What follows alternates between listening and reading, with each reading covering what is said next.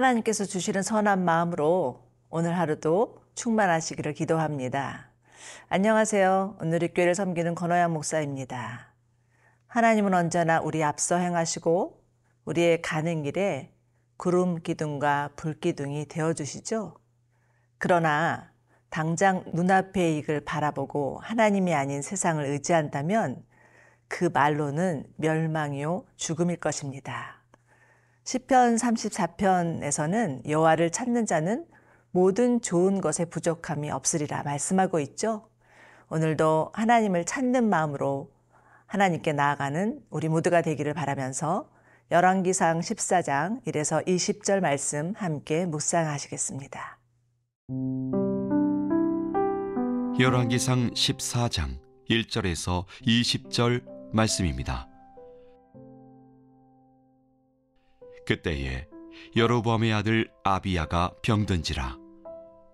여로보암이 자기 아내에게 이르되 청하건대 일어나 변장하여 사람들이 그대가 여로보암의 아내임을 알지 못하게 하고 실로로 가라.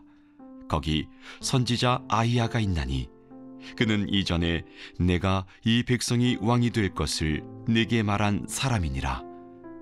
그대의 손에 떡 10개와 과자와 꿀 한 병을 가지고 그에게로 가라. 그가 그대에게 이 아이가 어떻게 될지를 알게 하리라. 여로보암의 아내가 그대로 하여 일어나 실로로 가서 아히야의 집에 이르니 아히야는 나이가 많아 눈이 어두워 보지 못하더라. 여호와께서 아히야에게 이르시되 여로보암의 아내가 자기 아들이 병들었으므로 네게 물으러 오나니 너는 이러이러하게 대답하라.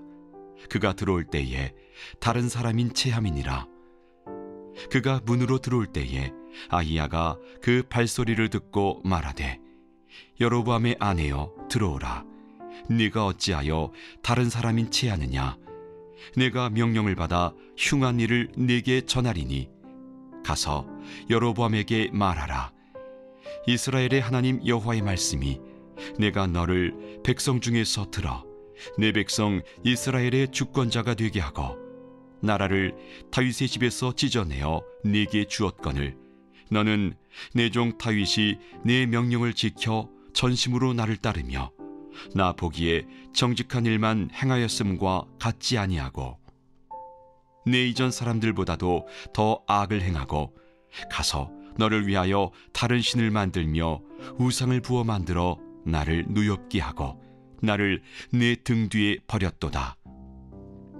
그러므로 내가 여로보암의 집에 재앙을 내려 여로보암에게 속한 산에는 이스라엘 가운데 매인자나 노인자나 다 끊어버리되 거름더미를 쓸어버림같이 여로보암의 집을 말갛게 쓸어버릴지라. 여로보암에게 속한 자가 성읍에서 죽은즉 개가 먹고 들에서 죽은즉 공중의 새가 먹으리니 이는 여호와께서 말씀하셨음이니라 하셨나니 너는 일어나 네 집으로 가라. 네 발이 성읍에 들어갈 때에 그 아이가 죽을지라. 온 이스라엘이 그를 위하여 슬퍼하며 장사하려니와 여로보암에게 속한 자는 오직 이 아이만 묘실에 들어가리니 이는 여로보암의 집 가운데에서 그가 이스라엘의 하나님 여호와를 향하여 선한 뜻을 품었음이니라.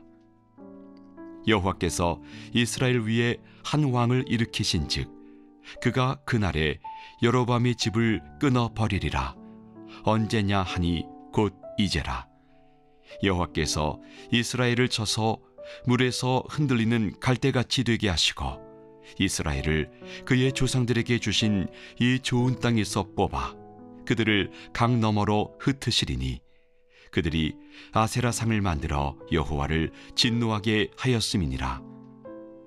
여호와께서 여로보암의 죄로 말미암아 이스라엘을 버리시리니 이는 그도 범죄하고 이스라엘로 범죄하게 하였음이니라 하니라. 여로보암의 아내가 일어나 디르사로 돌아가서 집 문지방에 이를 때에 그 아이가 죽은지라. 온 이스라엘이 그를 장사하고 그를 위하여 슬퍼하니 여호와께서 그의 종 선지자 아히야를 통하여 하신 말씀과 같이 되었더라. 여로보암의 그 남은 행적, 곧 그가 어떻게 싸웠는지와 어떻게 다스렸는지는 이스라엘 왕 역대지략에 기록되니라.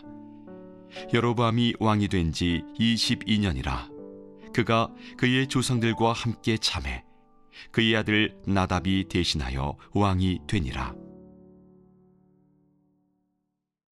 여로보암의 아들 아비야가 병이 든 것은 그때라는 부사구와 연관되어 있습니다. 그때란 유다의 하나님의 사람이 여로보암에게 와서 하나님의 심판이 임할 것이라는 말을 하고 난 뒤에도 여전히 회개치 아니하고 우상을 숭배하며 자기 마음대로 제사장을 세우는 등 악한 행동을 그치지 아니한 때를 말합니다. 고로 여로보암의 아들이 병이 난 것은 여로보암의 죄로 인한 하나님의 심판이라 할 수 있겠습니다. 그러나 이는 여로보암에게 주어진 또 한 번의 회개의 기회라고도 할 수 있죠. 어떤 아비라도 자기가 당하는 고통보다 자녀가 당하는 고통을 더 가슴 아파하듯이 아들의 병을 통해서라도 자신의 죄를 깨닫고 돌아오기를 바라셨던 하나님의 마음이었습니다. 그러나 여로보암은 이를 깨닫지 못하고 자신의 아내를 변장시켜 선지자 아히야에게 보내면서 아들의 생사 여부를 알기에만 급급합니다. 예전엔 선지자 아히야의 말에 조금도 아랑곳하지 않더니 마음이 다급해지니 아히야를 찾는 이율배반적인 모습을 보입니다. 하나님은 회개할 마음이 조금도 없는 여로보암을 향해 앞으로 일어날 심판에 대해서 예고를 하시는데요. 9절과 10절입니다. 내 이전 사람들보다도 더 악을 행하고 가서 너를 위하여 다른 신을 만들어 우상을 부어 만들어 나를 노엽게 하고 나를 내 등대에서 버렸도다. 그러므로 내가 여로보암의 집에 재앙을 내려 여로보암에게 속한 산에는 이스라엘 가운데 매인자나 노인자나 다 끊어버리되 거름더미를 쓸어버림같이 여로보암의 집을 말갛게 쓸어버릴지라. 하나님이 말씀하시는 여로보암의 죄는 무엇입니까? 첫째로는 자신을 위하여서 우상을 부어 만든 죄였죠. 둘째는 하나님을 등 뒤에 버려 노엽게 한 죄입니다. 자신을 위하여서 우상을 만들었다는 것은 순전히 자신의 욕망을 위함이었고, 하나님을 등 뒤에 버렸다는 것은 하나님을 철저히 무시하고 제 마음대로 행하였다는 것이죠. 종합해보면 창세기 3장에 나오는 원죄, 하나님처럼 되고 싶어서 하나님의 말씀에 불순종하여 하나님이 금하신 선악과를 먹은 자기 중심성의 죄를 말합니다. 그런데 여러분, 흥미로운 것은요, 죄라는 영어 단어 sin, sin의 중심에는 i가 자리잡고 있다는 것입니다. 자기 중심성이 죄라는 것을 명확히 보여주고 있다고 해도 과언이 아니겠죠? 그러나 예수님은 우리의 죄성인 자기 중심성을 십자가에 못 박기 위해 이 세상에 오셨고, 십자가를 지심으로 우리를 죄에서 해방시켜 주셨습니다. 우리를 위해서 이 땅에 오신 예수님을 믿을 때 비로소 우리는 자기 중심성에서 벗어나 하나님 중심으로 변화될 수 있음을 믿으시기 바랍니다.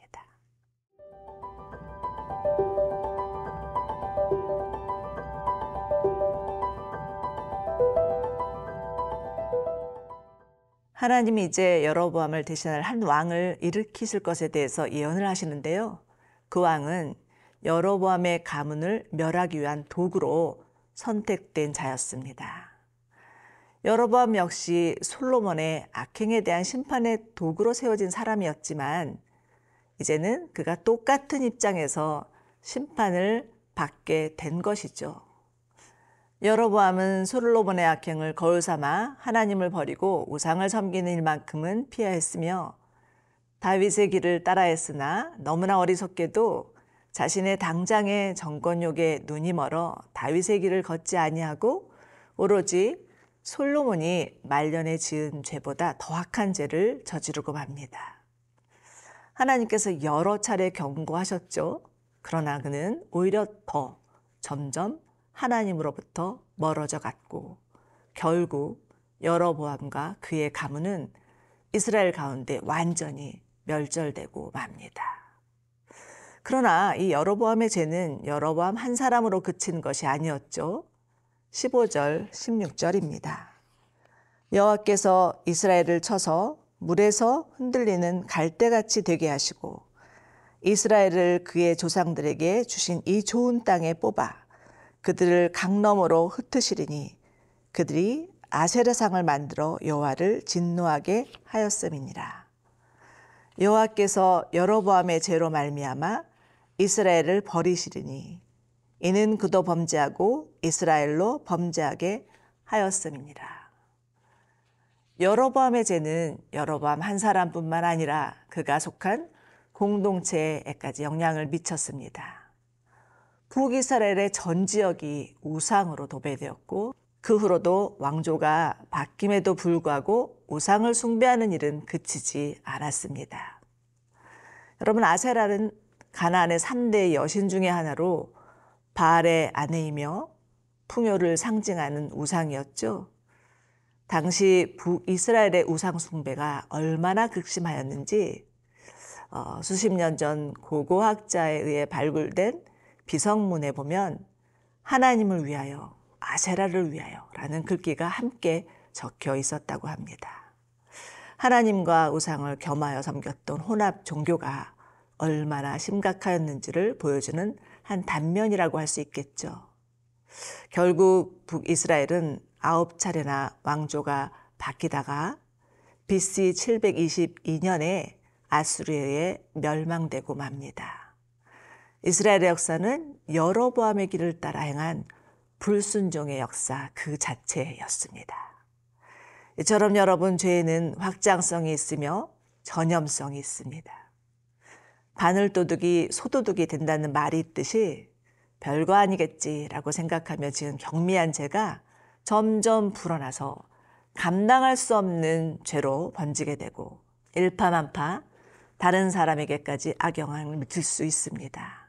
하나님은 당신의 말씀에 불순종하고 거스르는 행동을 하나님을 등뒤에 버린 죄라고 규명하신다는 사실을 마음에 새기면서 작은 죄라도 허용치 아니하고 하나님의 말씀을 따라 사는 저희 모두가 되기를 축원합니다.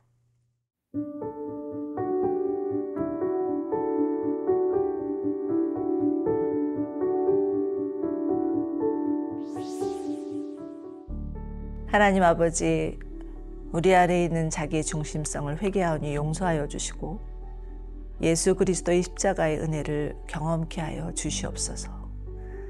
죄로 인한 영향력이 얼마나 큰지를 알아 하나님을 두려워하게 하시고 하나님의 말씀 앞에 순종하는 자들 되게 하여 주시옵소서. 존귀하신 예수님의 이름으로 기도드립니다.